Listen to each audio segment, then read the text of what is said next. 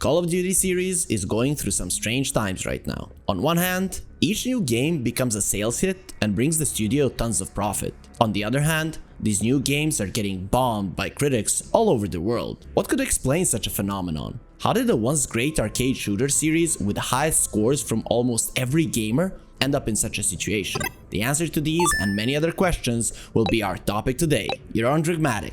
Please subscribe to our channel and smash the bell button as we are about to begin.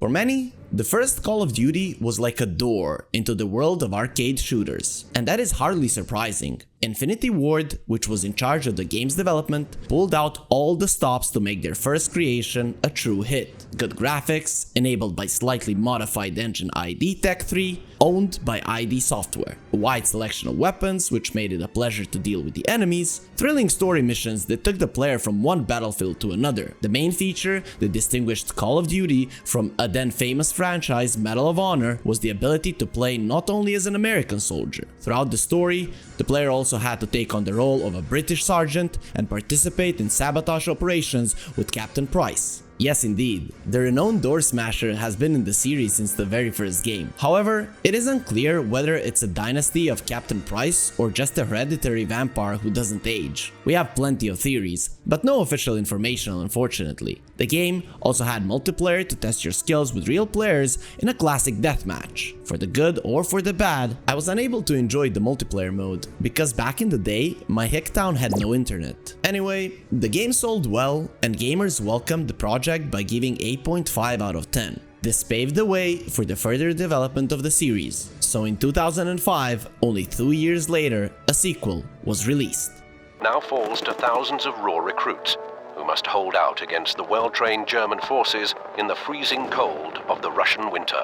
The second game in a nutshell is just two words: bigger and better. More episodes, more missions, more weapons, more military equipment. The game had about 23 types of guns alone. As for the campaigns, there were still 3 of them: Britain, the United States, and the Soviet Union. The players still had the chance to visit all kinds of locations, from the outskirts of Moscow to northern Egypt. The game engine had been thoroughly modified and now supported DirectX 9. This allowed to improve the visuals, dynamic lighting and shadows, various post-effects of image processing, and bump textures were added. The optimization had also been improved, allowing to create large open locations. Plus, the user interface had been redesigned. The health bar was scraped and replaced with the well-known damage indicator, so now when the protagonist caught too many bullets, all you had to do was to find a safe spot, do a breathing exercise, and rush back into the battle.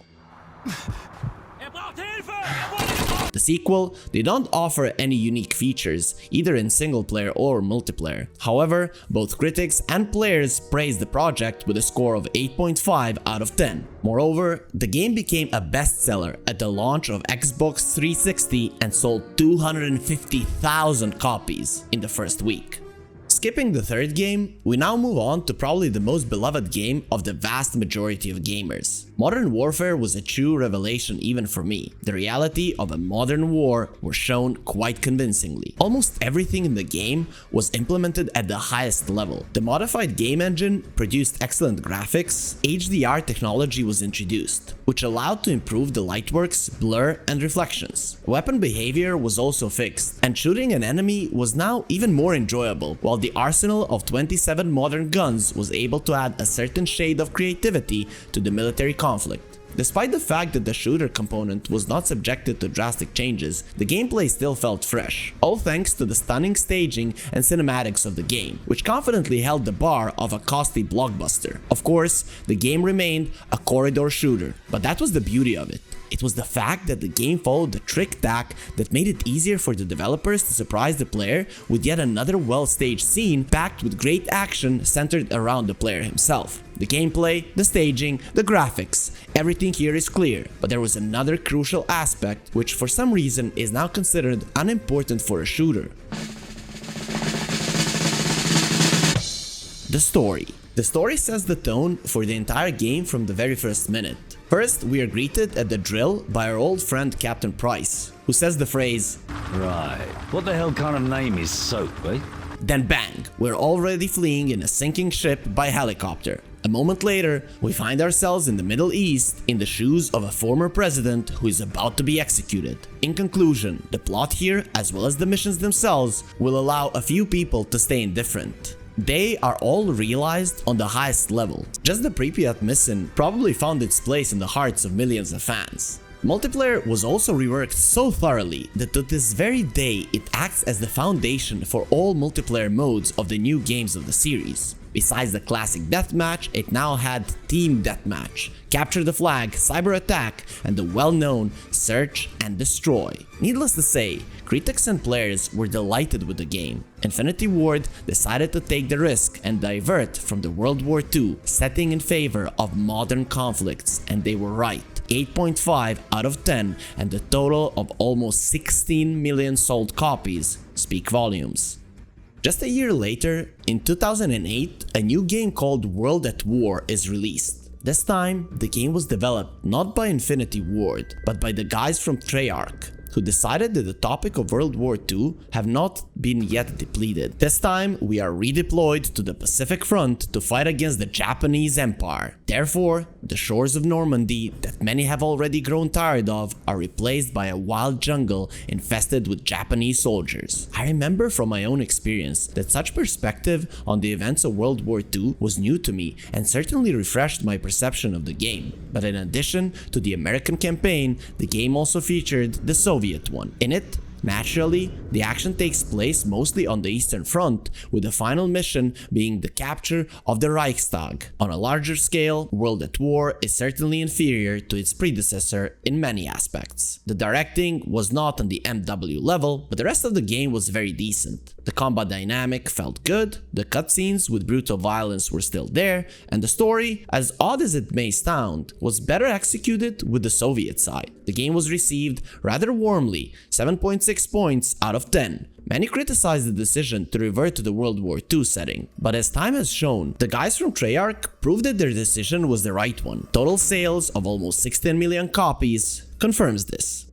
In 2009, the long-awaited sequel to the Modern Warfare sub-series was released. It took the conflict to the global level. It also presented gamers with one of the most scandalous and controversial missions in the industry. Needless to say, I felt extremely uncomfortable completing it. As for the technical part, that's where the problems started to emerge. The game looked outdated even for its time. The engine, which has been constantly modified since the very first game, although it improved the overall lighting, didn't save the graphics in general. The main feature was the enhancement of the AI. For example, the enemies were no longer spawning at random points all the time, and the number of repetitive moments was minimized. The game's ballistics were rather poor, and shooting still felt like if you were in a shooting gallery, but the story and the staging still pulled the game through, and it sold about 25 million copies throughout its life cycle. The game was praised by critics for its excellent multiplayer, well-designed but short single player, and soundtrack. No wonder, as it was done by the maestro himself, Hans Zimmer.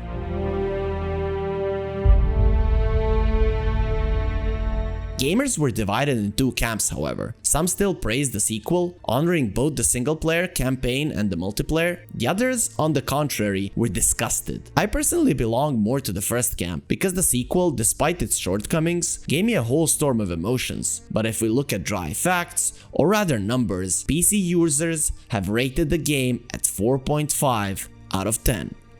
In 2010, the colleagues from Treyarch, this time the action takes place mainly in the late 60s. The plot, in fact, is on the same level as its older brothers, the Modern Warfare sub-series. Here we could meet Fidel Castro and even President Kennedy himself. To put it brief, Black Ops is a solid action thriller with almost the same pitfalls as the previous games, namely outdated graphics and no less outdated shooting mechanics. The situation was saved by the beloved zombie mode, which was first added in World at War, as well as a good multiplayer and a co-op mode for 4 players. But far more interesting is not even the release of the game itself, but what was happening behind the scenes. And I've gotta say, it was damn hot back there, as the litigation between Activision and the Infinity Infinity Ward developer studio was taking place. The developers were accusing the publishers of not paying the promised bonuses for the extremely successful second part of Modern Warfare, and also expressed their dissatisfaction with the fact that more and more games of the franchise were being developed not by Infinity Ward, but by third-party studios. Guys from Activision, in their turn, did not like the uprising at all, and fired one of Infinity Ward's key managers, Vince Zampella. This case will affect the franchise, but for now, let's get back to the game. As for Treyarch, they helped the publisher sell 25 million copies of the game and break another record. However, gamers were still not thrilled about the game. 5.6 points out of 10. The final part of the Modern Warfare trilogy was released in 2011. It closed the character arcs of Captain Price and Soap McTavish. Despite the fact that Infinity Ward already had other people in charge and the game was developed in cooperation with Sledgehammer Game Studio, the tone of the game didn't change. The game also had a thrilling plot, beautifully executed Hollywood-style scenes, and the heat reached its precipice. Jumping ahead, I must say that I like this part, as well as the whole MW trilogy, despite its obvious shortcomings which have already established themselves in the games of the series. Modern Warfare 3 looked particularly pale when compared to Battlefield 3, which was released a month later. Its main competitor, Call of Duty, was losing on almost all fronts: graphics, shooting mechanics, and gameplay in general, except that the plot remained consistently cool. But after all, we love games not solely for storytelling, so the fans of the series were unhappy with such state of affairs, and in spite of another broken sales record, gamers gave the project the lowest score for the time, 2.9 points from 10. Somewhere after the final part of MW was released, something unfathomable started happening in the series. It was going downhill at such speed that I didn't always have the necessary reaction speed time to react to it. Bypassing the sequel to Black Ops, which received a disappointing 4.6 points from players. We'll move on to the next project, Ghosts. Call of Duty Ghosts was heavily promoted back in the day, but even the promotional campaign with Eminem could not have saved the game from the crushing reviews.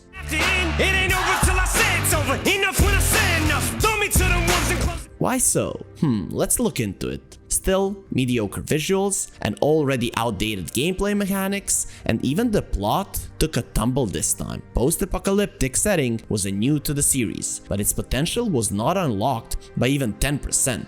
What's interesting is that Infinity Ward initially wanted to make this part the spiritual successor of MW, but in the course of development, they realized that the number of innovations allows it to make the game a fully independent project. On one hand, the refusal to parasitize the successful series is commendable. On the other hand, Ghosts was an extremely unsuccessful attempt to try out a new field, and the result is all the same. The sales are impressive despite being noticeably worse than those of previous games, but in the tops the game was taking the next line after the fifth part of GTA. The scores from players are much less comforting, 2.2 points out of 10.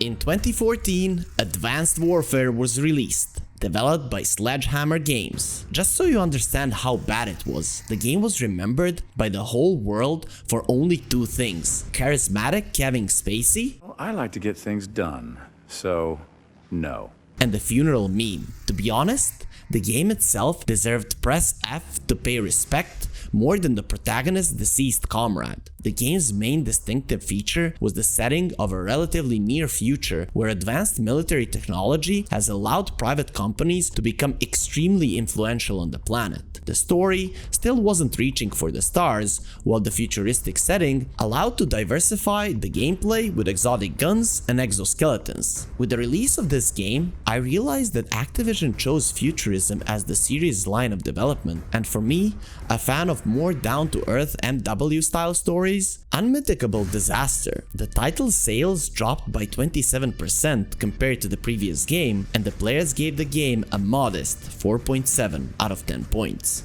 Meanwhile, Activision continued to suck all the juices out of the Black Ops sub-series, with Treyarch actively assisting. The futurism trend was only gathering pace, so super soldiers in super suits firing super guns became a usual thing unfortunately. Now the protagonist could run on walls like Flash thanks to the jetpack and glide on surfaces while maintaining full control of his aim. The seriousness was out of the equation. Did you want a humorless plot? No, we had the train go boom. Outcome? Train go boom. Outcome. Train go boom. In short, I was face-palming non-stop, but the only thing stronger than the shame for the game was resentment. The resentment on those unwise people who chose such a shameful course of development, or rather, degradation for the once great franchise. Nevertheless, critics praised the game's quality, multiplayer in particular. Back then, many were wondering, why the hell are they wasting their time on single player if it ends up being so crappy? If so, then just don't bother making one at all. And that was exactly what Activision did. But we'll get to it. For now, gamers gave the game only 3 points out of 10.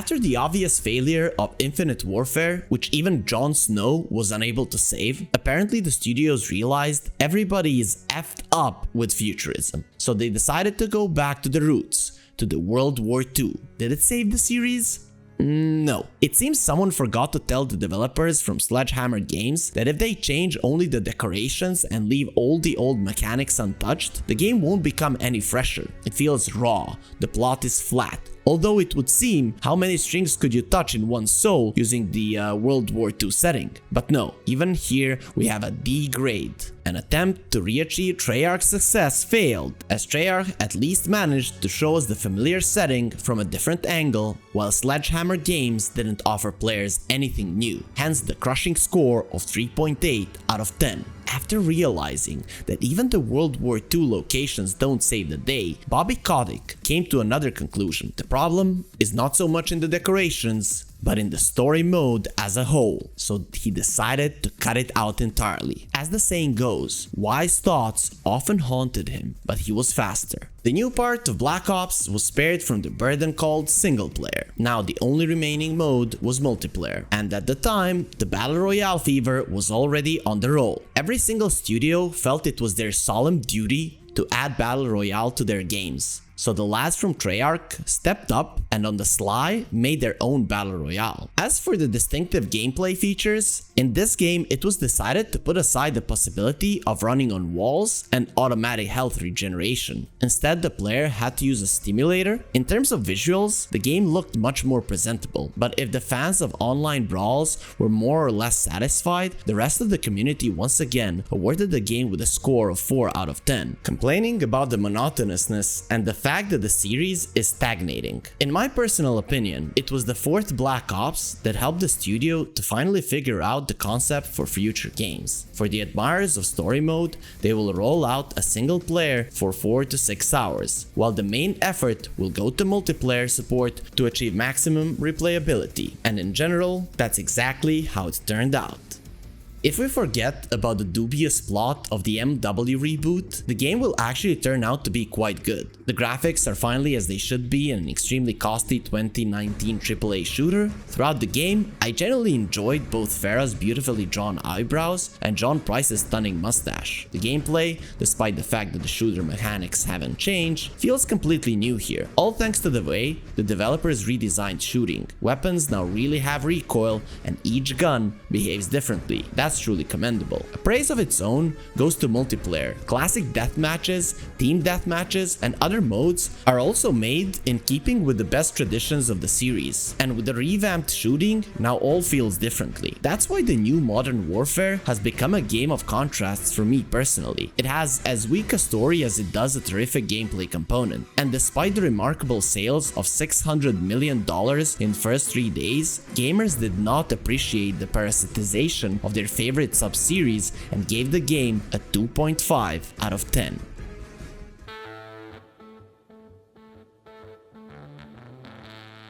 In 2020, Treyarch also tried to restore their reputation and in cooperation with Raven Software rolled out a new chapter of Black Ops titled Cold War, without exoskeletons and superguns this time, and thank goodness for that. The action takes place in the early 80s, and the entire game is filled with the aesthetics of that era. Hence, we have the weapons of those times, a signature soundtrack and style, which I personally liked.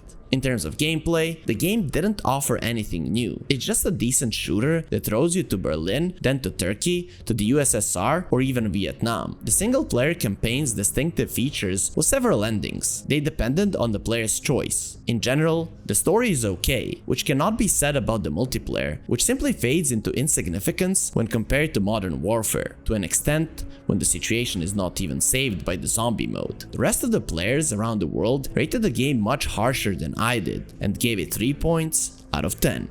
Skipping the utterly failed Vanguard, we're moving on to the sequel of the Modern Warfare reboot, which was released in 2022. The developers went on with the course laid in the first game and continued to develop a new storyline. Thus, for example, more screen time was given to Ghost, who became the game's trademark. However, from a mysterious character, Ghost turned into a meme on legs. The story in general looked more like a cheap action movie with elements of comedy. Most of the critics, of course, were delighted with the single-player campaign, but the same can't be said about the players. The gameplay remained almost unchanged. It's the same shooting gallery in the corridors. The graphics looked a little better because of ray tracing and reworked water physics, but in some aspects, it felt like some kind of downgrade. What was definitely good was the multiplayer. There were third-person view death matches, which greatly changed the perception of the game. As for everything else, the game felt very secondary. Because of this, it got 4.9 points from the players.